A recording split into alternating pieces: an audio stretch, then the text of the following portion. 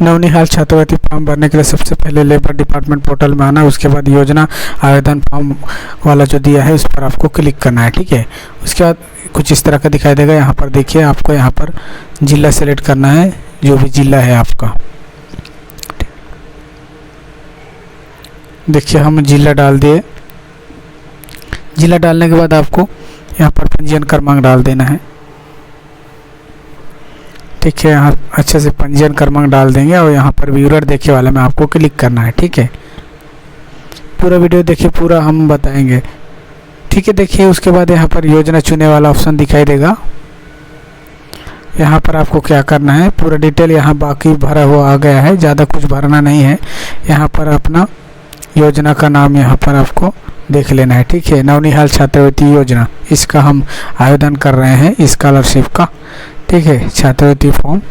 तो हमने इसको क्लिक किया। उसके बाद यहाँ पर लाभ वाला जस्ट बगल में दिया है, ठीक है, वहाँ पर आपको क्लिक करना होगा। क्लिक करेंगे, यहाँ पर OTP जाएगा उसके बाद, ठीक है। जो भी पंजीयन कार्ड में जो जुड़ा है मोबाइल नंबर, उसमें OTP जाएगा, उसको डाल के आपको नेक्स्ट करना है।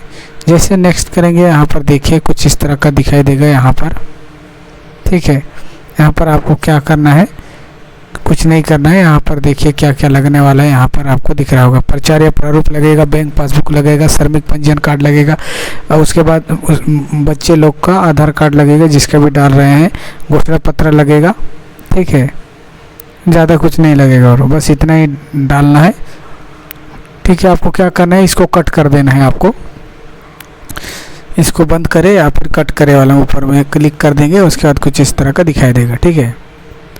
देखिए दोस्तों, उसके बाद आपको यहाँ पर क्या करना है, श्रमिक के बैंक विवरण यहाँ पर आपको देना होगा।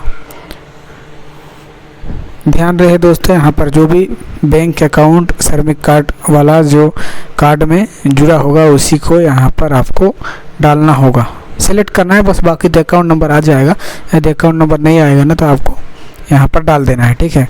उसके बाद दोस्तों यहाँ पर देखिए जानकारी कहाँ से प्राप्त हुआ।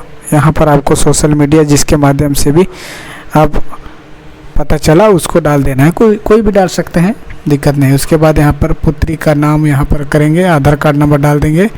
उसके बाद उसका यहाँ पर प्राथमिक उच्चतर माध्यमिक जो भी उसके अनुसार से यहाँ पर सेलेक्ट करके यहाँ पर कक्षा को आपको चुन लेना होगा।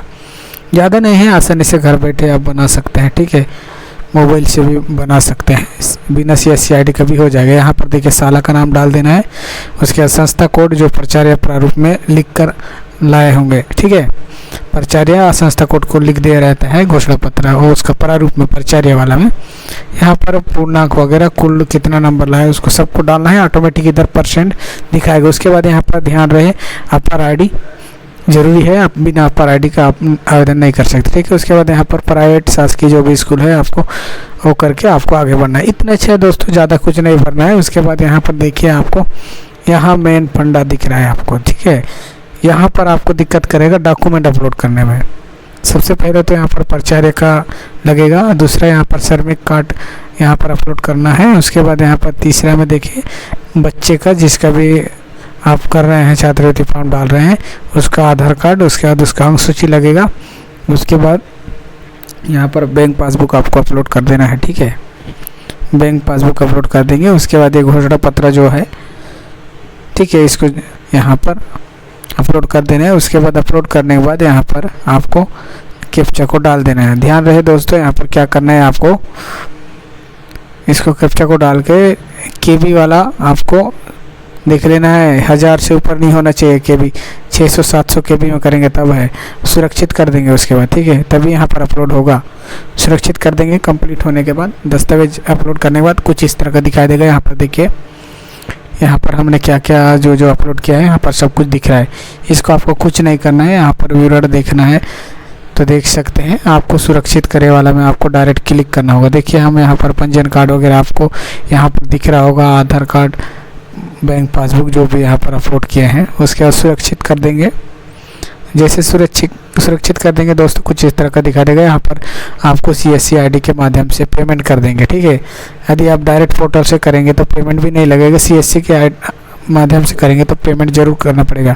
उसके बाद कुछ इस तरह का दिखाई देगा। यहाँ पर देखिए सक्सेस पेमेंट होने के बाद यहाँ पर ट्रांजैक्शन भी यहाँ पर सक्सेसफुल दिख रहा है। उसके बाद यहाँ पर प्रिंट आउट भी इसको निकाल सकते हैं, रिसिप्ट दे सकते हैं आप यहाँ आवेदन आपका कंप्लीट नहीं हुआ, आपको आगे पूर्ण करे वाला में क्लिक करेंगे तभी यहाँ पर होगा। जैसे क्लिक करेंगे दोस्तों यहाँ पर सक्सेसफुल हमारा फॉर्म यहाँ पर फिलअप हो चुका है। इसको कस्टमर को निकाल कर रिसिप्ट दे देना है या फिर सेव कर लेना है। ठीक है, वीडियो अच्छा लगा हो तो चैनल सब्सक्राइब करें इसी तरह नए वीडियो पाने के लिए। धन्यवाद दोस्तों, थैंक यू।